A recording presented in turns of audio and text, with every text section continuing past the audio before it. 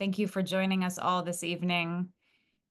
My name is Rebecca Miller, and I'm the Senior Manager of Programming at the American Jewish Historical Society. And just to give you a little bit of information about AJHS, we are the oldest cultural archive in the United States.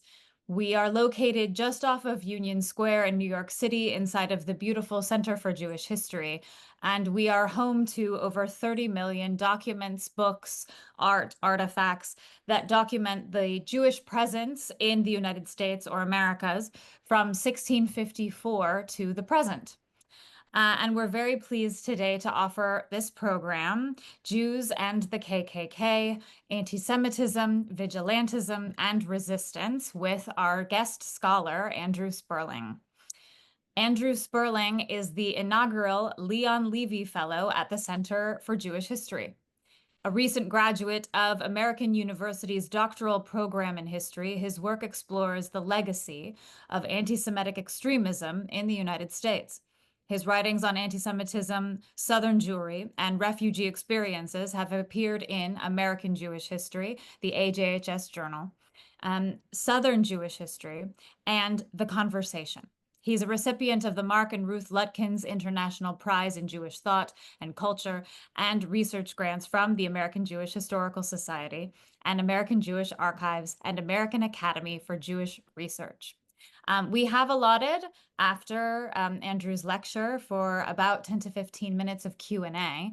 And so we really do encourage you all, if you have questions, to please put them in the Q&A feature. And we will be going through them after his remarks. Welcome, Andrew. We're so pleased that you could be with us today. Thank you. And thank you, Rebecca, for hosting me and for your help in organizing this program. I'd also like to thank everybody at the American Jewish Historical Society, as well as the Center for Jewish History, for providing me with this exciting opportunity to share my research, much of which has been conducted within the tremendous archival collections of the AJHS.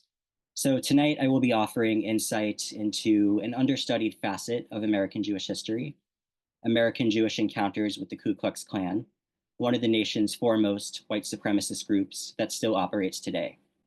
For most of the 20th century and beyond, the Klan has posed a considerable danger to Jewish communities caught in between its crosshairs, launching an agenda of anti-Semitic violence, harassment, and propaganda. I'm going to walk through a number of key moments in this history while also highlighting the strategies that Jews employed in their attempts to withstand this terrifying menace. And I'm going to note at the beginning of this talk that many of the stories and some of the images that I will share tonight are disturbing.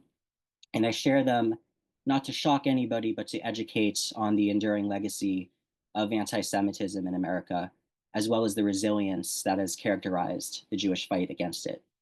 So to just give you a brief overview of this program, I'm going to begin by providing some context on the roots of the Ku Klux Klan before diving into its dynamic with Jews in the 1920s, when the group reached its popular peak, as well as the civil rights era, when white segregationists targeted Jewish communities in the South, as well as the Klan's post-Vietnam iteration as part of the larger white power movement. So although the Jewish story with the Klan largely begins in the 20th century, of course, the Klan has earlier origins, which I'll start to explain now. So founded in 1865 in Pulaski, Tennessee, the Klan began as a social club for ex-Confederate soldiers and quickly morphed into a terrorist organization. During the Reconstruction era, as liberated African Americans gained civil and political rights in the South, Klansmen weaponized violence to maintain a system of white supremacy.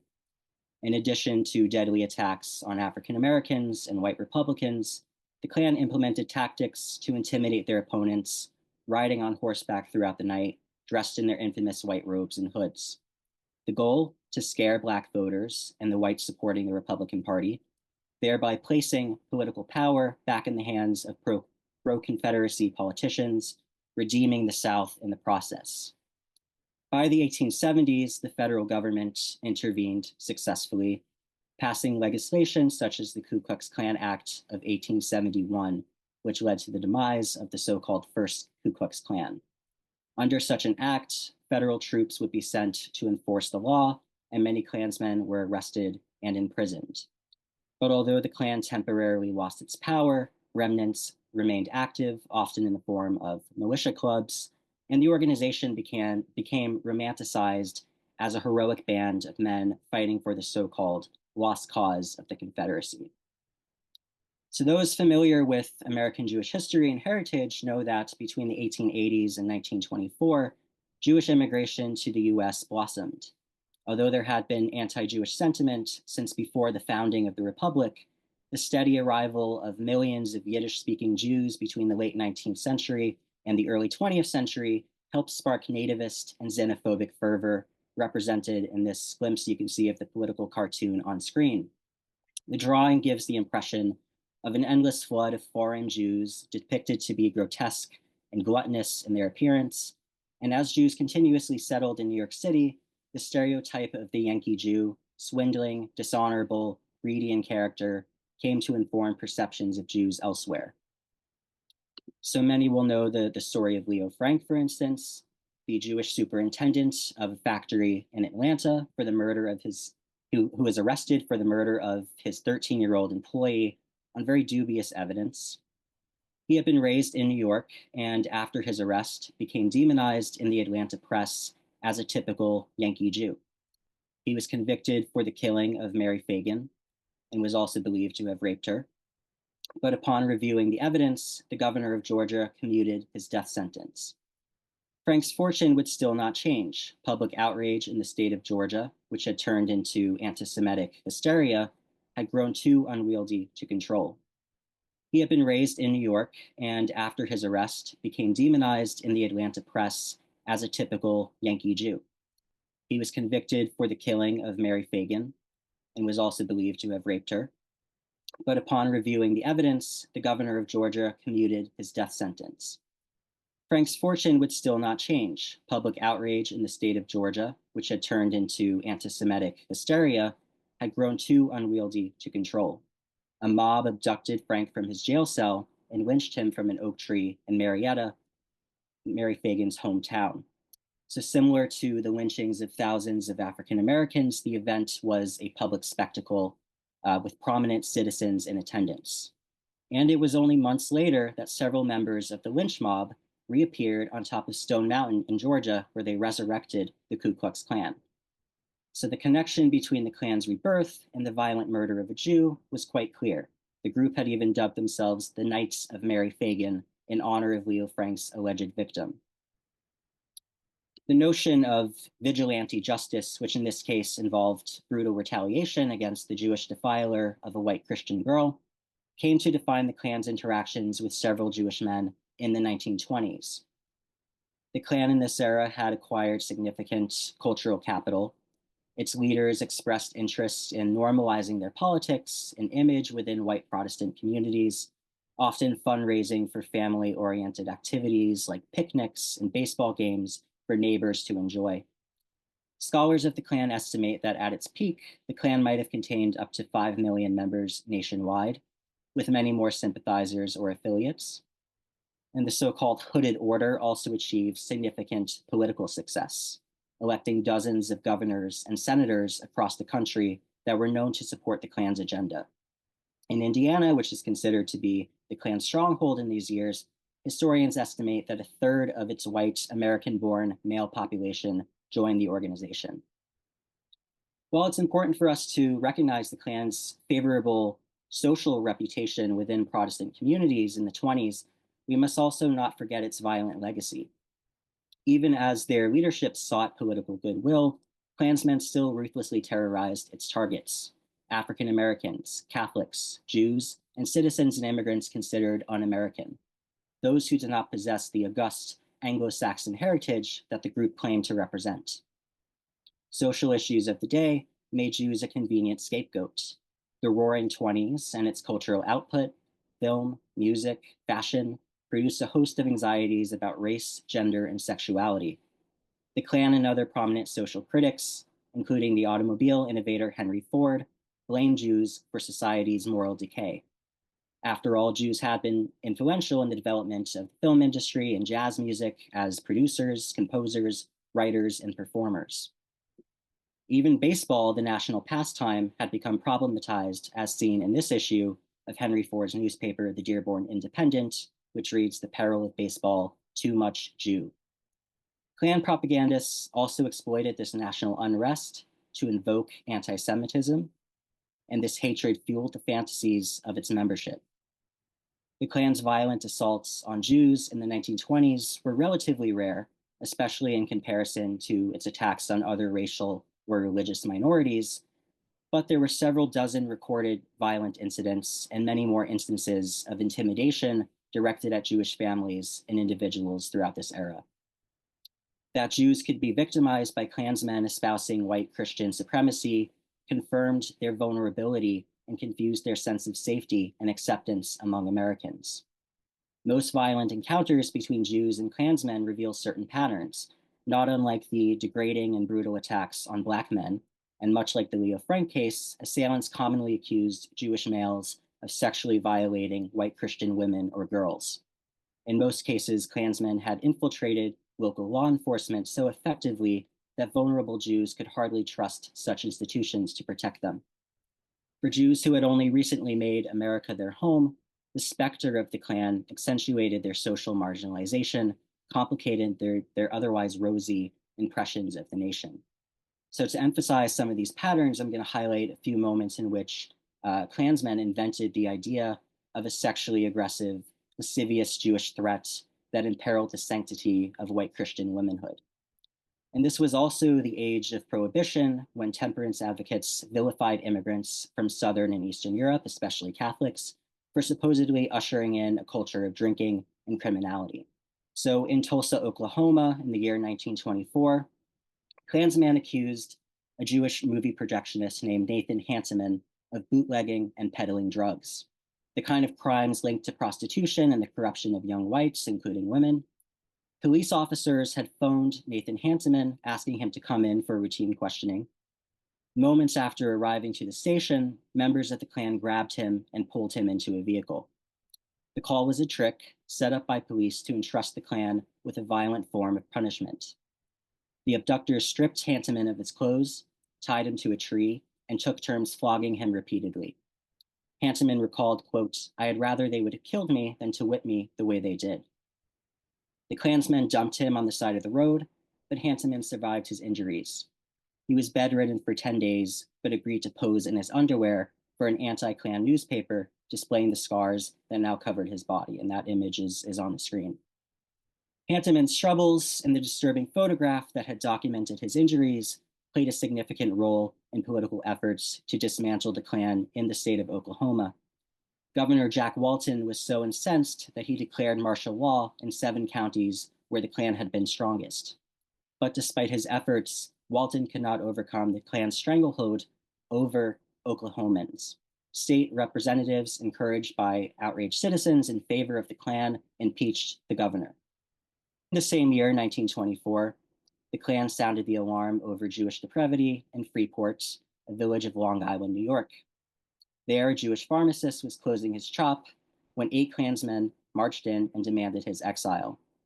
They ordered him to sell the drugstore and leave town within 10 days, warning, quote, "We don't want your type around here. Freeport is not big enough to hold the Klan and you." Weeks prior, the teenage daughter of a prominent citizen had accused Ernest Lewis of acting unseemly towards her while she tried on perfume. Lewis and his wife Florence, who was present during the alleged exchange, claimed the girl's version of events was a youthful fantasy. While the truth is impossible for us to ascertain, historians of race in America know that there are patterns of white Christian women or girls weaponizing notions of their sanctity against racial or religious minorities. Shortly after the Klan's warning, a gang of men abducted Ernest Lewis from the street. He had been walking home from the store with Florence and her brother when the group seized him and wrestled him into a vehicle. When Florence tried to protect her husband, they shoved her to the ground and sped away. The Klansmen abused Ernest Lewis physically throughout the joyride and taunted him with anti-Semitic slurs before setting him free on the outskirts of an isolated town. They instructed Lewis that if he returned to Freeport, he would be killed. A grand jury assembled and indicted Lewis for impairing morale, while the Klansmen faced no consequences. The Klan's power in Freeport was undeniable. Members of the group that terrorized Lewis were found to be relatives of the police captain. Lewis and his wife wisely moved to Pittsburgh following the ordeal. The small Jewish community of Freeport immediately felt the effects of the Lewis episode. One woman recalled that her husband, an official of the town's Jewish temple, received a letter from the Klan after firing a Christian musician. The letter warned him that he would also receive the Lewis treatment himself. Months after the Lewis case, the Klan appeared in a local parade and marched in full regalia with upwards of 1,200 members. One of their floats boasted the words, "We protect American womanhood," and depicted a lustful Jewish figure climbing out of a store's window and enticing a little girl, likely a direct reference to the Ernest Lewis debacle. So the stories of both Nathan Hanseman and Ernest Lewis, along with those of many others that I did not mention, demonstrate the precise relationship between Klansmen and members of law enforcement. The concept of vigilante justice itself becomes complicated when we realize that these so-called vigilantes are actually harassing Jews with the approval and complicity of local authorities. Incidents like these in Klan-heavy towns, where Jews lack the advantage of a larger community network, underscore their social isolation. More common than violent attacks are episodes in which the Klan flexed its power and capabilities in order to intimidate Jewish residents. In the Catskill Mountains of New York, before the area gained its reputation as the Jewish Alps, the Klan's presence was hard to overlook. Jewish vacationers excluded from hotels across the country had looked to the Catskills as a safe haven. They opened their own hotels and boarding houses, but still had to contend with the local Klan. In 1926, the New York Times estimated that 15,000 Klan members had lived in the Catskills, constituting roughly 20% of the total population. To keep control over the community, the Klan sought jobs in law enforcement. Charles Blooming, the son of Jewish hoteliers, recalled his family's dismay at moving to a community where, quote, all of our Christian neighbors belonged to the Ku Klux Klan. He observed that the Klan was the governing power in the area. This is a photo of his memoir called Jew Boy in Goy Town.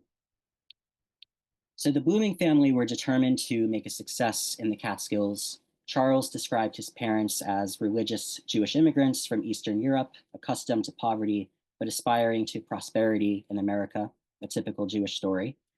While establishing their boarding house business, they persisted through violent anti-Semitism and knew that complaining was no use, given that the Klan was the law of the land. When neighborhood boys pelted them with stones, calling them damn sheenies, they had no choice but to suffer the abuse. Charles's mother, Anna, endured anti-Semitic conversations with neighborhood women. One woman had ranted about the behaviors of another Jewish family who had shouted the words Jesus Christ. In retaliation, she threatened to burn their barn down. Anna protested, but that would be against the law, to which the woman smirked and said, "Up here, we are the law." It came as no surprise to the Bloomings that when the family's barn went up in flames, they fled town. The threat of violence and subsequent injustice remained a pressing concern. Charles, who was only a young boy at the time, was emotionally distraught, living in the shadow of the Klan. When the family suspected a neighbor of stealing, Charles begged his father, Henry, not to confront the perpetrator, who was a dedicated Klansman. Charles imagined horrible scenarios. He said, if the Ku Klux Klan was the law in these parts, what's to prevent this neighbor from shooting Papa and saying it was self-defense? Henry, putting on a brave face, drew his courage from previous encounters with anti-Semitism in Europe. He said, Kluxers and Cossacks, they're all alike, and I've already had experience with the Cossacks. No violence came out of the ordeal, but its potential had distressed Charles so much that he felt his insides trembling. Even in moments where the Klan did not act out, its lawlessness and its capacity to commit unchecked violence emotionally terrorized nearby Jews, in this case, a young boy. In towns across America, the Klan exercised its influence in several ways, often with the goal of forcing Jewish families to either flee or cooperate with Klan demands. The Klan operated TWK, or Trade with the Klansman campaigns, meant to empower Protestant-owned businesses at the expense of those run by Jews or Catholics. So cooperating Protestant shopkeepers displayed signs proclaiming their businesses to be 100% American, limiting the economic prospects of Jewish merchants. Boycotts against Jewish stores were so impactful throughout areas of the South and Southwest that numerous Jewish families had been driven out of business entirely. Some Klan branches preferred extortion. So in Oklahoma City, for instance, the Klan threatened Jews and Catholics with boycotts if they refused to donate money to the Ku Klux Klan. In Houston, the Klan forced Jewish merchants to advertise their daily newspaper or else face economic boycott. Refusal to cooperate meant potential ruin in towns where the Klan dominated civic life. Other Jews felt very intensive pressures. In 1925, a Jewish businessman in Birmingham announced that he would undergo plastic surgery to change the shape of his specifically Jewish nose. Charles Wolfe explained to reporters that though he was a proud Jew, he felt compelled to alter his appearance because there had been no opportunity for a Jew to advance in business in southern states where the Klan have organized a boycott. In Birmingham, he said 90 out of 100 people wear buttons with TWK, trade with the Klansmen, on them. Organs of the Jewish press expressed sympathy with Wolfe, but argued that his efforts to placate the Klan would be futile. They wrote, "The KKK are sure to demand that he change his religion as well, and to substitute Nordic blood for that which now flows in his veins, and to undo the act that made him a party to Abraham's covenant with the Lord, his circumcision." In essence, these writers felt that the Klan's racial anti-Semitism presented an irreparable problem. Jews would have to contend with the Klan one way or another, and Jewish leadership presented many competing ideas. Some suggested backing off, letting good-hearted Protestants deal with the problem as the Klan had come from those communities. Others promoted economic alliances with Catholics, and still others imagined that violent retaliation against Klansmen was the best antidote to their menacing presence. Ultimately, the Klan's collapse at the end of the 20s could be attributed mainly to internal corruption and public scandals, but its remnants would remain active through the 30s and 40s and reemerge more powerfully at the onset of the mid-century civil rights movement. I'll start by talking about Peekskill. So in Peekskill, New York, the Black activist and singer Paul Robeson planned a concert in the summer of 1949. Robeson, known for his left-wing politics, had scandalized Americans with his favorable impressions of the Soviet Union. He called for friendship among all the nations at the Soviet-sponsored World Peace Conference in 1946. And when they learned of his planned appearance in Peekskill, which also happened to be a popular spot for Jewish vacationers, racist protesters harassed concertgoers, pelting them with rocks and overturning their cars on the highway. Initially, members of the Jewish War Veterans, a veterans organization for Jewish American servicemen, supported and participated in the protest, imagining that they were simply anti-communist expressions. But members of the Peekskill community soon turned on them, attacking both Jewish and Black attendees with racist and anti-Semitic epithets. The Peekskill riots were less about repudiating communism and more an opportunity to act on longstanding grievances against two disliked minorities. Jewish newspapers called the rioting a Ku Klux Klan manifestation, noticing the burning of crosses on the concert grounds and scolding the Jewish war veterans for aligning themselves with the right-wing movement. The riots energized the Ku Klux Klan nationally. Bill Hendricks, who was the leader of the Florida Klan at the time, referenced the clashes between Jews, African Americans, and white Christians in Peekskill, remarking, quote, "If one of our men are hurt, you will read about lots of kike Jews being shot." In tandem with anti-communist sentiment that the Klan exploited to vilify Jews who had long been associated with left-wing radicalism, rising tensions over racial segregation also became factors. The Klan rebuilt its movement in response to desegregation throughout the South, and while the vast majority of its targets were Black people, Black churches, and Black community centers, Jews were occasionally singled out as well. Throughout the 50s and 60s, the Klan and other segregationist groups harassed and targeted Jewish institutions and individuals. Perpetrators blamed Jews for unwanted advances in racial equality, decrying a communist Jewish conspiracy to mongrelize the races. As a result, dozens of Jewish communities suffered a series of bombings or attempted bombings of their buildings and homes. One such attack occurred in Nashville, Tennessee in 1958. The Rabbi William B. Silverman stoked controversy through his vocal condemnations of Jewish Southerners who had endorsed racial segregation. He said of his own community, quote, "Some Jews have deluded themselves into thinking that if we were morally acquiescent, we would escape the abuse of the hate mongers. Believing that the welfare of the Jew is inextricably linked to justice for the Black community, Rabbi Silverman defied several of his congregants and became an early leader against white resistance to civil rights. After the Supreme Court rulings in 1954, for instance, he invited a Black man to occupy his pulpit. The Jewish Community Center in Nashville also allowed mixed swimming, which led many to worry that extremists would retaliate through bombing. On March 16, 1958, these fears became real when segregationists succeeded in dynamiting the Jewish Community Center. Minutes after the building detonated, Rabbi Silverman's wife, Pearl, received a phone call. The caller announced, "This is a member of the Confederate Union. We have just dynamited the Jewish Community Center. Next will be the temple, and next will be any other N-word loving place or N-word loving person in Nashville." Pearl Silverman, thinking that her husband's life would also be threatened, became so agitated that she hung up the phone. When word traveled, hundreds of curious citizens drove to the center, which had been fully occupied just 2 hours before the bombing. At an emergency meeting of the Jewish community, leaders agreed to repair the building immediately so as to give the impression of a return to normalcy. The Jews of Nashville felt that a dignified and defiant response would best answer the threats of intimidation.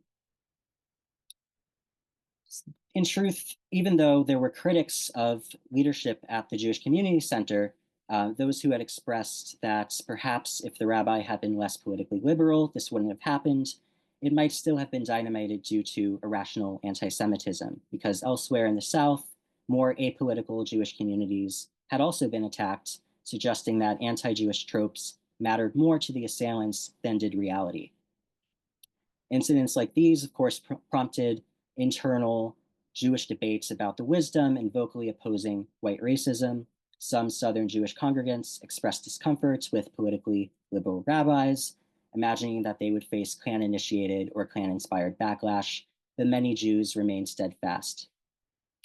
And indeed, the memories of Nazi persecution informed the perspective of many Jewish activists, particularly those emanating out of New York. So perhaps the most well-known Jewish entanglement with the Klan in the 60s involves the civil rights activists Mickey Schwerner and Andrew Goodman. The two were New York Jews who, like other Jews involved in the Freedom Rides, felt compelled to intervene in the South's racial crisis. Mickey Schwerner and his wife, Rita, had joined the Congress of Racial Equality. He worked as an organizer in Meridian, Mississippi, instructing activists on proper protest methods. One Mississippian explained that Schwerner wore a beard and looked very Jewish. He had become a known figure to the Ku Klux Klan through his activism and leadership. One night, Schwerner, Goodman, and the Black activist James Chaney were pursued by a car full of Klansmen who executed the trio. The killings were the consequences of anti-Semitic and a racist society that increasingly bemoaned, quote, an invasion by Yankee beatniks, Jews, and other scum. Many assumed that the three victims were targeted as an example to scare both Black activists and, quote, other invaders. In August 1964, when the bodies were discovered in an earthen dam, national outrage became palpable, but the suspects were acquitted by a deadlocked jury. The killings of Chaney, Goodman, and Schwerner coincided with heated discourse between Northern Jewish activists and Southern Jews. As one rabbi observed, in the Jewish South, there is a certain resistance to anything and everything that comes out of the Yankee world. Still, several Jews risked or sacrificed their lives in defiance of white supremacist agitation in these terrifying years. Generally, with the rise of far-right groups in America, including the American Nazi Party, an occasional partner of Klan groups, Jewish defense agencies imagined that a widespread policy of quarantine would best answer anti-Semitism. This meant that when anti-Semitic figures made public appearances, including those by the man pictured here, the neo-Nazi George Lincoln Rockwell, such instances were better off not receiving publicity. The hope was that by minimizing and limiting the fiery anti-Semitic propaganda of such individuals, the problem would eventually dissipate. But many Jews felt that this tactic was soft and irresponsible. Frustration with the apparent do-nothing attitudes of major Jewish organizations, such as the American Jewish Committee, led some Jews to form radical vigilante groups. So one such group that people might be familiar with is the Jewish Defense League, founded in 1968 by the Jewish radical Meir Kahane. Accurately deemed a hate group by mainstream Jewish organizations and the Southern Poverty Law Center, the Jewish Defense League was motivated as much by anti-Black and anti-Arab racism as it was by anti-Semitism. But its emergence as a militant opponent of the Klan represents a vital phase of Jewish defense strategies. The Jewish Defense League, or JDL, surfaced during a cultural climate of masculine aggression. The Jews involved revamped their reputations as men, subverting the nice Jewish boy trope by glorifying gun ownership, violence, and the patriarchal protection of Jewish communities. Similarly, in the tail end of the Vietnam era of the 70s and beyond, extremist groups, including the Ku Klux Klan, exalted tough masculinity in response to the otherwise feminine influences of the hippie movement, not to mention the emasculating loss of the war. The result was often more calamitous, violent encounters between Klansmen and Jewish protesters.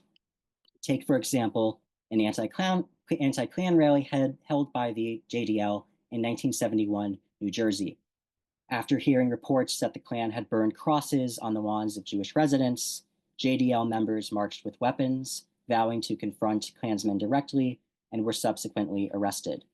The JDL's threats and sometimes actions against planned Klan demonstrations caught the ire of national Jewish leadership. The American Jewish Congress published a statement opining that two wrongs don't make a right, and two groups, one aiming toward hate and one toward militancy, don't equal democracy. They write, the KKK will get undeserved publicity if the Jewish Defense League comes to threaten demonstrators.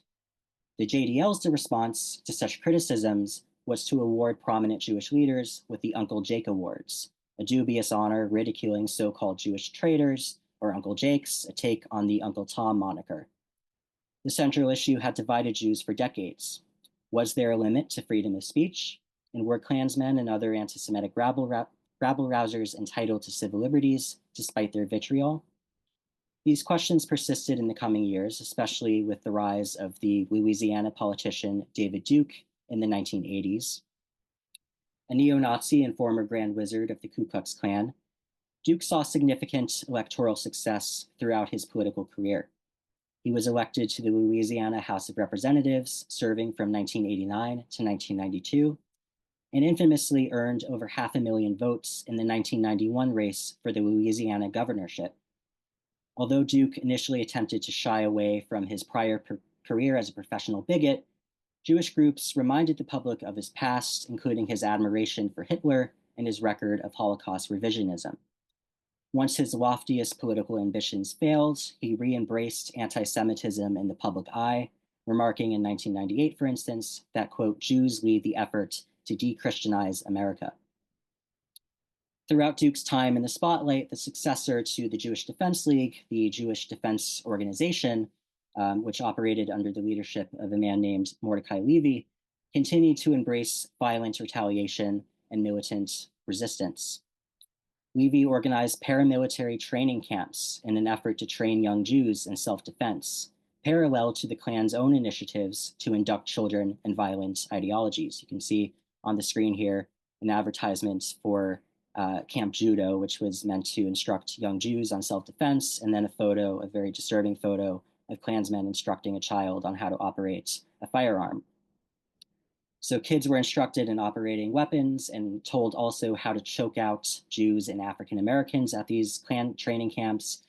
And the Jewish Defense Organization would also attract Jewish critics, with one leader remarking that they were no different from whites carrying robes and hoods standing in front of burning crosses. The mainstream Jewish community remained embarrassed at the militant tactics of these Jewish anti-Klan radicals. Jewish leadership preferred tracking Klan activities through responsible, trusted agencies such as the Anti-Defamation League, and frowned upon this sort of direct confrontation or this embrace of violence. Perhaps the best example of Jewish discomfort with so-called Klanfrontations comes in the form of a 1997 Jerry Springer episode, when Jewish Defense League representatives appeared on stage alongside Klansmen who ranted against the Jew media. Predictably, discussions quickly descended into an uncontrollable brawl between the guest and audience members.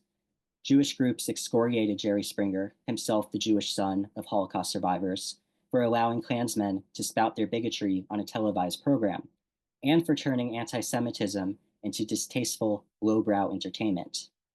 The Springer spectacle seemed to encapsulate Jewish problems with radical Jewish resistance. The individuals involved came off as undisciplined, theatrical caricatures that reinforced harmful images of Jews. Ultimately, as we know, the Ku Klux Klan remains active in today's society, functioning as a part of the newly emboldened white power movement. And by reflecting on the longer history of the Klan and the Jewish dynamic with the Klan, we can understand some of the key complexities of the American Jewish experience. Jewish encounters with the Klan throughout the 20th century reveal not only a Jewish struggle for safety and security, it also provides a window into issues of inclusion and exclusion, the Jewish relationship with whiteness, and deep ambivalence about how to confront enemies of peaceful living. So I want to thank everybody for coming and, of course, open this up for a Q&A. Any questions you have, I'm happy to answer. And I'll invite Rebecca back now. Thank you so much, Andrew, for that really compelling presentation. We have some questions already, and I encourage others to please use the Q&A feature. We won't be taking anyone off mic, so you will need to type in your questions into the Q&A. A question I have, sort of sharing information with regards to a tie between the KKK being enemies of the mafia for 40 years. And then this person citing that Trump's father marched with the KKK, and they're asking questions whether or not specifically rich Jews seeming to be unaware of the KKK in the past, or this person is observing that rich Jews ignore the more recent past. So I guess the question is sort of, do you see any class factoring into KKK echoes of KKK involvement or participation or community memory? Sure. So I'll first comment on the ties between the Klan or the sort of dynamic between the Klan and the mafia. There were certainly violent clashes between those groups, and I'll just focus because this is a talk about Jewish history on the Jewish mafia, and particularly the ways in which members of the Jewish mafia were often known to sort of bust up Klan meetings as well as meetings of other extremist groups. So that would include pro-Nazi movements throughout the 30s, 40s, and beyond. Members of the Jewish mafia were known to sort of engage in violent encounters with those groups as a way of repudiating what they were doing. But again, as reflected in later instances with the Jewish Defense League, members of the wider Jewish community, the Jewish establishment, were sort of embarrassed by these outpourings of violence. And so it wasn't exactly something that was fully embraced or honored by members of the Jewish establishment or in the Jewish press. So as far as the question of class, so I think that, as far we can talk about class in the Klan as far as membership of the Klan as well as responses to the Klan. So I think within the Ku Klux Klan itself, there's sort of this understanding that a lot of financially struggling people are drawn to these bigoted extremist movements because they feel as though they are receiving answers for why they are suffering through the lens of racial scapegoating, or perhaps other groups are being blamed for why they find themselves in poverty. And I think that's true to some extent, but it's also a rich history of the Ku Klux Klan in which there are members of the middle class or even richer individuals who get involved in the politics, in the organizing. There's very wealthy individuals who are lesser known, including a judge in Texas, George Armstrong, who was active in the 40s and 50s, who was known to fund groups like the Ku Klux Klan. He was a billionaire. And what he would do is send up money to Klan groups and sort of try to promote teaching of anti-Semitic and racist ideologies by sending them money. So it's not exactly evenly divided into or easily divided into if you come from a poorer class, you're more drawn to the Ku Klux Klan. As we know, racism has no class divisions. It can attract people from any sort of class background. And as far as class in the Jewish responses, oftentimes there is a conflict that we see between poorer Jews who feel as though those Jews who have risen to power within the Jewish agencies or the Jewish organizations like the American Jewish Committee, for instance, are quote unquote assimilationists, or who have sort of forgotten the roots, the working class roots of Jewish immigrants in this country. So there is that accusation that a lot of these so-called soft responses to anti-Semitism and organized bigotry are the results of out of touch Jews who have sort of lost contact and lost connection with what poorer Jews might be experiencing in urban environments. So there is a class element in terms of the Jewish response, not just to the Klan, but to extremist groups in general. From an attendance member named Stephen, I know that Thomas Dixon, the author of The Klansman, the basis for Birth of a Nation, denounced the Klan in the 1920s because of his opposition to Jews, as he felt that Jews were at the top of the racial pyramid. And so wanted to know if any other well-known KKK supporters also had problems with its attacks on the Jewish community. So those are the sort of complexities that I didn't have time to cover in the presentation, but there were complications within the 20s Klan in particular about the view of Jews. There were many who felt as though the Jews were not enemies of the Klan, who felt as though Jews were like other white people, who should not be attacked and who were not deserving of the vitriol that maybe leaders were ascribing to them. Mm. And there were many, it depends on, so much depends on local environment and climate. So depending on the relationships between Jews and Christians or Jews and Protestants within a specific town, the Klan might have been either ignoring Jewish residents or tolerating them. There's even some stories of Jews honoring Jewish businessmen, or the Klan honoring Jewish businessmen who have been around for decades, as if to say, see, we're not anti-Semitic. Our problem is more so with immigrants or foreigners. If you're Jewish and you've proven that your family has roots here, we can tolerate you. So there is that sort of complexity in some areas, but generally, of course, it's still an overwhelmingly anti-Semitic group, even in the 1920s. Mhm. And then there was a question with regards to the KKK's roots with Protestantism, um, mentioning sort of the umbrella term of Christian and sort of Mm. so the denomination sort of represented, like what Right. is is accepted. So I should refer to them as Protestants. Of course, in their language and their rhetoric, they will use Christian as sort of a catch-all term, especially when they are comparing themselves to Jews.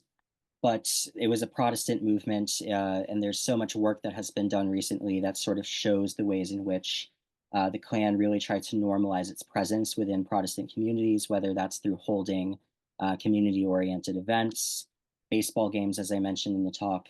There was really an effort to make the Klan sort of a normal representation of Protestant communities. Of course, there were many, many Protestants who were not okay with that, but it was something that grew out of Protestantism. And there were obviously clashes with Catholics. Catholics were attacked by Klansmen in the 1920s to a great degree.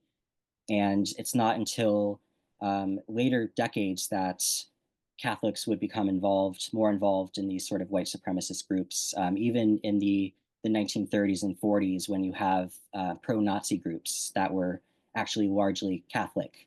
They would clash with the Klan, even though they had similar ideas about Jews or they had similar ideas about race in America. They were still sort of a tension because of the Catholic and Protestant elements.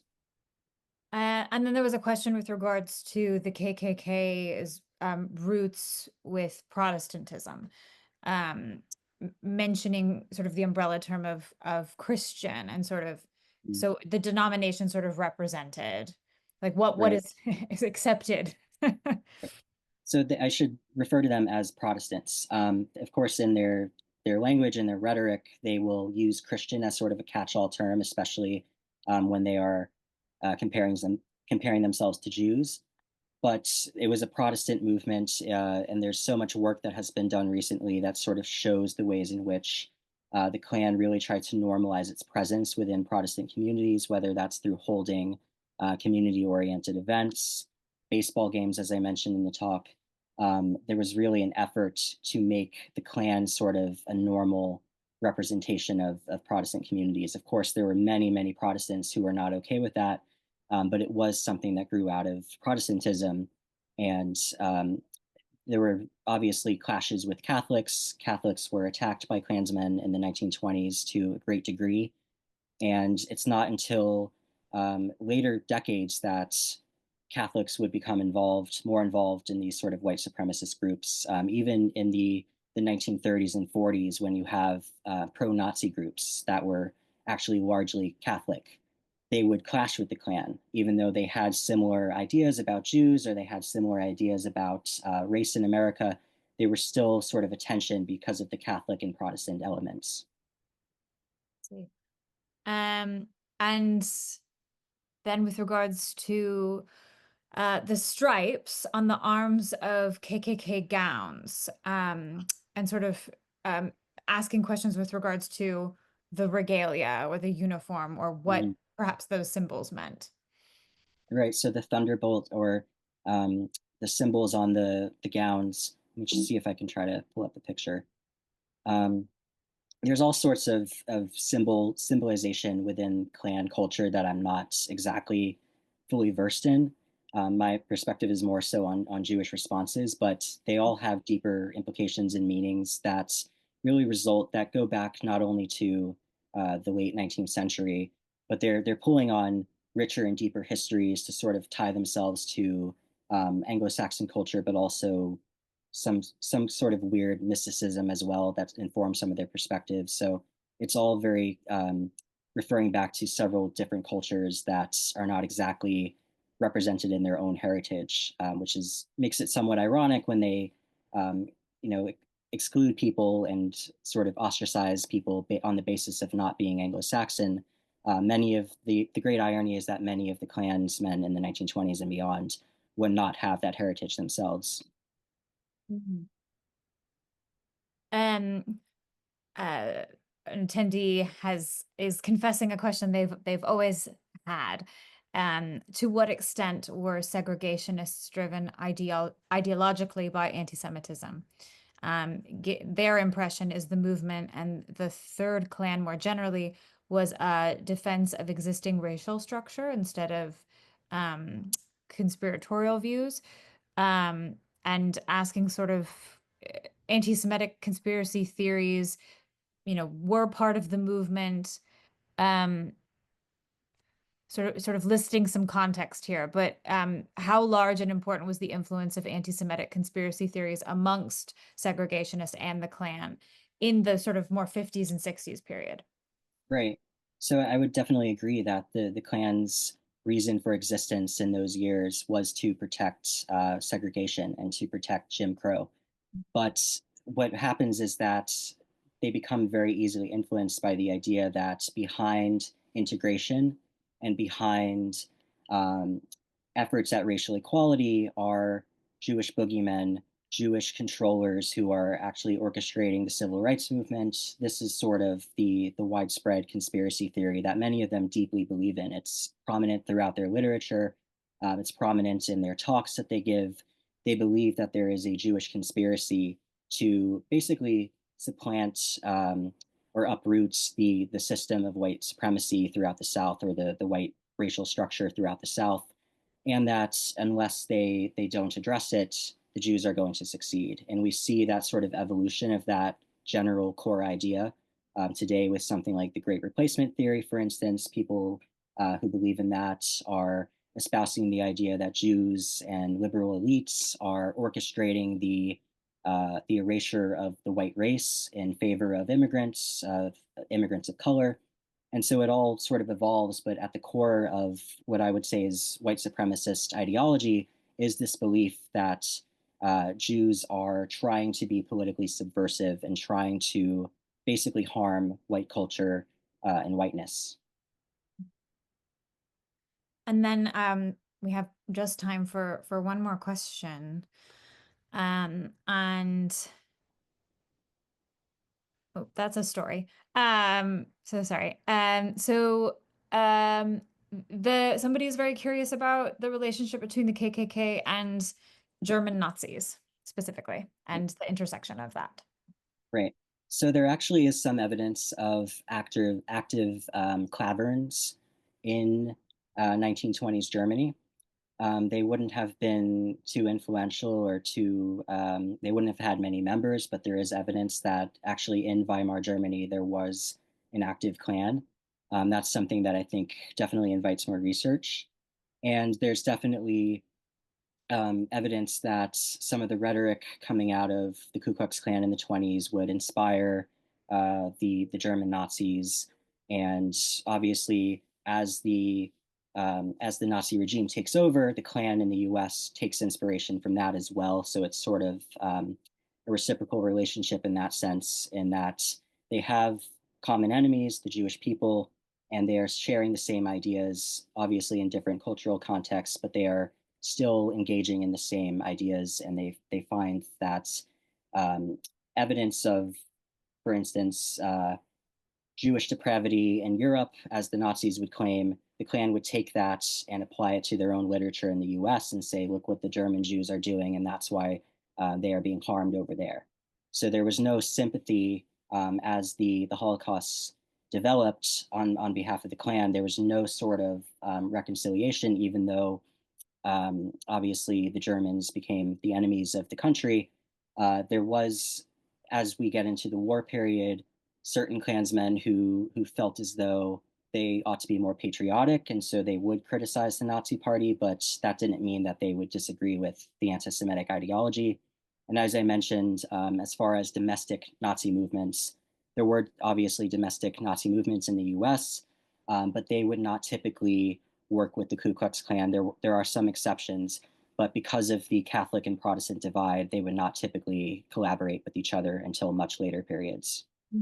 That's interesting that bifurcation between those two groups, the Protestant and Catholics, also fed into that. Right? Um, thank you so much. This has been very informative.